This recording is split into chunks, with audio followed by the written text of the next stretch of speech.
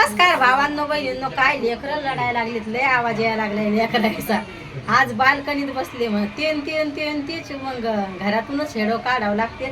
त्याच्यामुळं म्हणलं चला आता आपण बाहेर हेडो काढा. पण लय लेकरायचा आवाज यायला लागलाय का लय लेकरं लढायला लागले.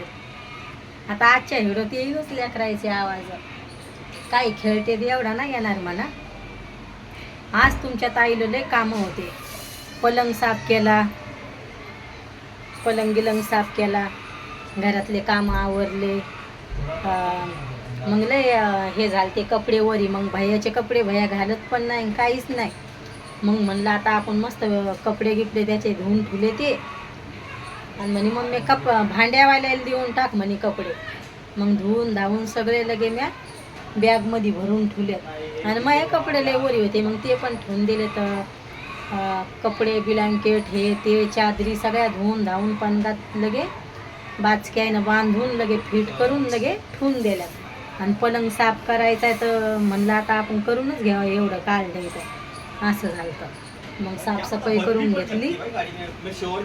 भैयाला आलाय मित्राचा फोन, तर बोलणं सुरू येतं. मी म्हणलं कधी ठेवीन मित्र कधी नाही. असं पण आपल्या घडवलं लय उशीर व्हायला लागलाय आता. त्याच्यामुळं म्हणलं जाऊ दे आपण घेऊ एवढं काढू. आज काय नाही, बेसन पोळी बनवली, थोडे पोंगे तळले होते. भैया काय तेलाच्या वस्तू खात नाही म्हणतोय. नको मम्मी मला, नको मला मम्मी असा मन लागला. म्हणलं खाय, म्हणलं तेलकट वस्तू आवडत नाही. म्हणलं आपण कुठं त्या उन्हाळ्याच्या तेलकट वस्तू खाऊ पण नाही वाटत म्हणे मम्मी. नको म्हणे मला. असं चाललं होतं आपल्या भैयाचं. नको नको नको नको.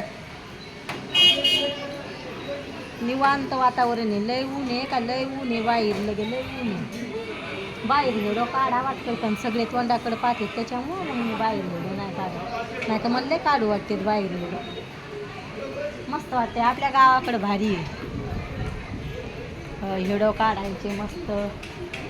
बाहेरचं वातावरण आता तर लय मजा आली असती गावाकडं. मस्त लगे हे करताना आपलं लसूण काढताना, कांदे काढताना लय भारी भारी हेडो आले असते गावाकडं. आई म्हणे आणि गहू आई म्हणू लागली म्हणे ताई गव्हाचा हे टाक. आई म्हणे म्हणजे आई हेडो पाठवत असती काढून म्हणे गव्हाचा हेडो. पण लय मशीन रात्रीच्या टायमाला मशीन आलते, त्याच्यामुळं म्हणे ताई तुला मग गहू काढताना काय पाठवलं नाही. म्हणजे लय मेहनत करावं लागते आई बाबाला वावरात.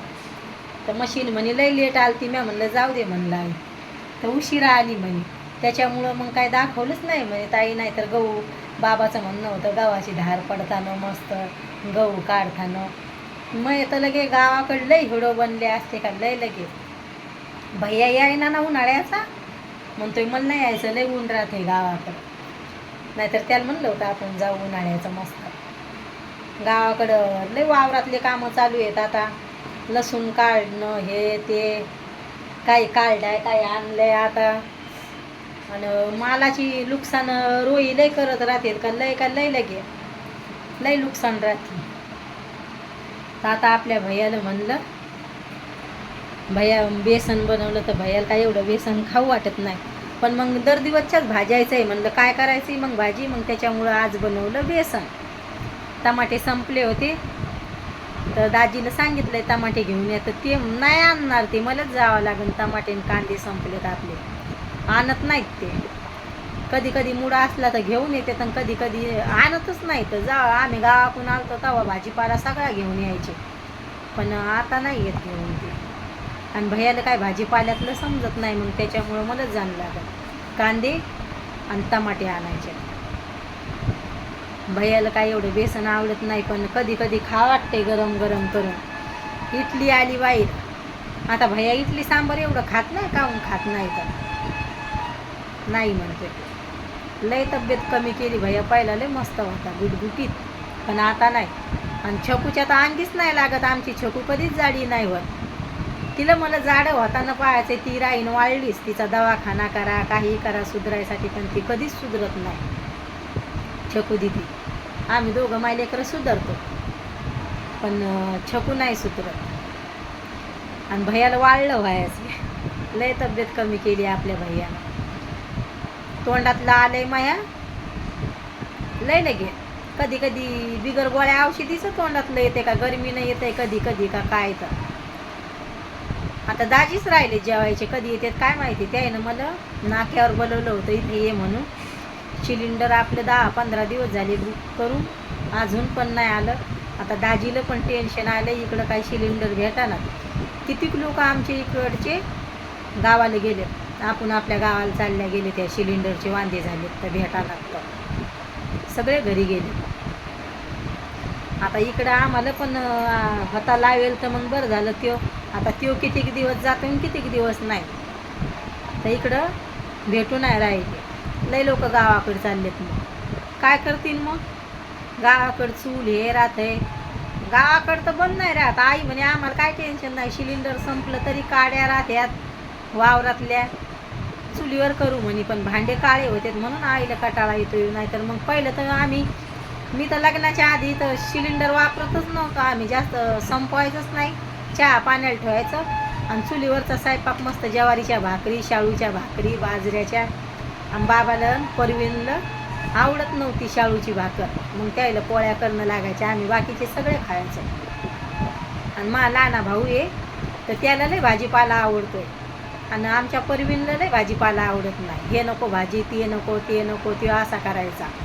आणि आमचं काय नाही, आम्ही मेथीची भाजी, वांगे, हे ते सगळं भाजीपाला खायचं. बाबाला त्याला दोघायला त्याला लय भाजायचं राहायचं, हे नको, ते नको, ते नको. आता बाबा काही पण भाजी खाते, जी असली ती भाजी खाते.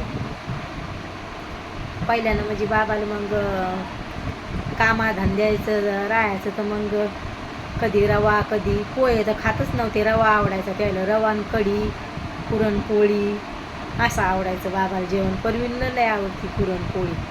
हारसू भैयाचं तसंच आहे. आता भैयाचं चाललंय मम्मी पुरणपोळी बनव, ते गावायला अकरायला बनवून खाऊ पण नाही वाटत. आणि घरी कसं आहे, मग गावाकडे गेलं तर सगळे आई बाबा आम्ही सगळे मिळून, माझ्या भावाचे लेकरं आम्ही सगळे मिळून खातो, तर मजा येते खाया प्यायला. चिकन हे तर इकडं तर मला खाऊच नाही वाटत, कसंच नाही. भैयाचा जीव वाटेल नाही, छकू दिदी खात नाही. छकू दिदी तर आई बाबासोबतच राहते, 3 वर्षाची होती तेव्हापासून. आणि याला मला सोडून करमत नाही, आणि तिला इकडं करमत नाही. ती म्हणते तिला बंद राहावं लागते. छकू दिदीला इकडं नाही करमत, खरंच बंद राहावं लागतं. आणि मला पण इकडचं सुरतचं वातावरण आवडत नाही. आपण गावाकडचे, पण जसं लग्न झालं तर इकडंच आहे, लय बंद राहावं लागते. भैयाचं काय मस्त मित्र आहेत, भैया लगे बाहेर खेळायला जाईल, जा फोन आला तेव्हा मित्रायचं निघायचं. आणि दाजी म्हणते तुम्ही जा दोघं माय लेकरं फिरायला, ते येत नाही. एकट्या माणसाला काय फिरायला जावं वाटत नाही. आता उन्हाळ्याची कैरी लय भारी भेटते तिथं भेळमध्ये. याला म्हणलं चाल जाऊ आपण चौपाटीत, मस्त कैरी खायला भेटते तिथं. गेले मजा येते बसून चौपाटीत, म्हणजे सगळे राहतात तर मग खायला मजा येते. कैरी भेळ जे नाही ते असते तिथं वस्तू, तर त्याच्यात कैऱ्या येतात. तर मग घरची कैरी नाही खाऊ वाटत, तिथलीच कैरी खाऊ वाटते. लय भारी लागते खायला. व्हिडिओ कसा वाटतोय तर नक्की सांगा भावांनो बहिणींनो कमेंटमध्ये. बाय भावांनो बहिणींनो, भेटते उद्याच्या व्हिडिओमध्ये.